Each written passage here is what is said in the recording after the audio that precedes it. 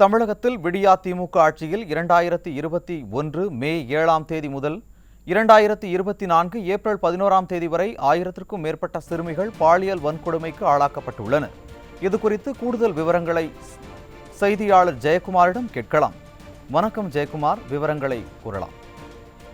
வணக்கம் சுரேஷ். விடியா திமுக ஆட்சி பதவியேற்றிருக்கக்கூடிய இந்த 4 ஆண்டு கால இந்த இடைவெளியில் குறிப்பாக 2021 மே மாதம் முதல் ஏப்ரல் அதாவது 11 2024 இந்த தேதி வரை 1000க்கும் மேற்பட்ட சிறுமிகள் பாலியல் வன்புணர்வுக்கு ஆளாக்கப்பட்டிருக்கக்கூடிய அரங்கேற்றப்பட்டிருக்கக்கூடிய அதிர்ச்சி தகவல் வெளியாகி இருக்கிறது. 2021ஆம் ஆண்டு அதாவது மே மாதம் 7ஆம் தேதி ஆட்சிக்கு தொடங்கியதிலிருந்து அந்த 21ஆம் ஆண்டு ஒரு ஆண்டு முடிய அந்த ஆண்டில் மட்டும் சுமார் 88 பேர் திமுக ஆட்சியில் சிறுமிகள் பாலியல் வன்புணர்வுக்கு ஆளாக்கப்பட்டிருக்கிறார்கள்.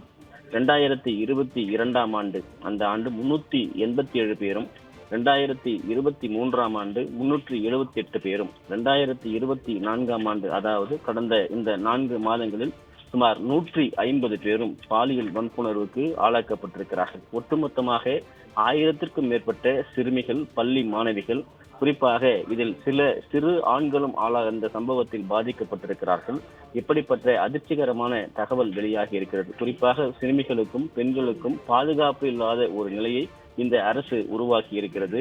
அதே நேரத்தில் குடும்ப கௌரவம், இளம் பெண்களுடைய எதிர்கால வாழ்க்கை பிரச்சனை, அதே போன்று அரசினுடைய அழுத்தம், காவல்துறை மறைக்கப்பட்ட சம்பவங்கள், காவல்துறையினரே சம்பந்தப்பட்ட சம்பவங்கள் என பல்வேறு பாலியல் வன்கொடுமை தொடர்பான சம்பவங்கள் புகார் அளிக்கப்பட்டிருந்தாலும் கூட அது காவல் நிலையத்தோடு மறைக்கப்பட்ட சம்பவங்கள் என அதனுடைய புள்ளி விவரம் மிகப்பெரிய அளவில் பிரமிப்பிக்கக்கூடிய அளவிற்கு அந்த புள்ளி விவரங்கள் மறைக்கப்பட்டிருக்கிறது.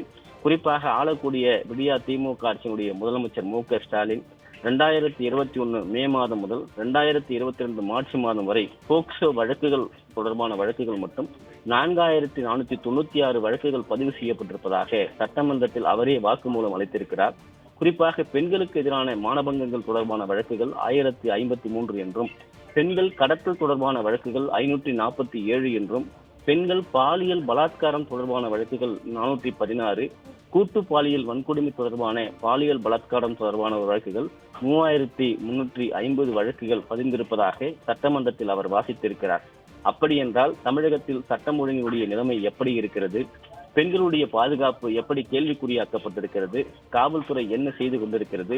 விடியா திமுக ஆட்சியில் பெண்களுக்கு உண்மையிலேயே பாதுகாப்பு அளிக்கப்படுகிறதா? சட்டம் ஒழுங்கை பேணி காக்கக்கூடிய காவல்துறையினுடைய லட்சணம் எந்த அளவிற்கு சந்தி சிரிக்கிறது என்கிற இந்த புள்ளி விவரம் காட்டுகிறது. குறிப்பாக தமிழகத்திலே பார்க்க வருவது இந்த விடியா திமுக ஆட்சியில் ஒரு வினோதமான சம்பவங்கள் எல்லாம் அரங்கேறி இருக்கிறது. குறிப்பாக ஒரு 17 வயது சிறுவனை 19 வயது மதிக்கத்தக்க பெண் ஒருவர் அவரை திருமணம் செய்து கொள்வதாக பாலியல் உறவுக்கு அழைத்து அவருடைய வாழ்க்கை சீரழிக்கப்பட்டிருக்கிறது.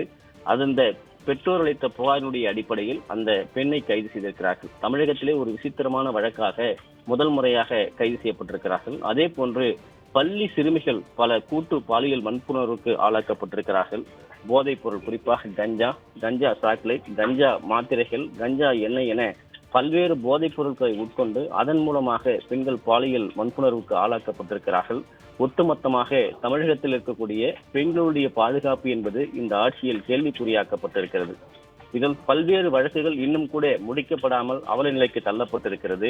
இதற்கெல்லாம் இந்த ஆளுகிற அரசனுடைய முதலமைச்சரும் காவல்துறையும் தான் என்ன பதிலை இனிமேல் சொல்லிவிடப் போகிறது என்கிற எதிர்பார்ப்போடு அச்சத்தோடு தமிழகத்தில் பெண்கள் நடமாட வேண்டிய அவல நிலைக்கு தள்ளப்பட்டிருப்பது குறிப்பிடத்தக்கது. சுரேஷ்,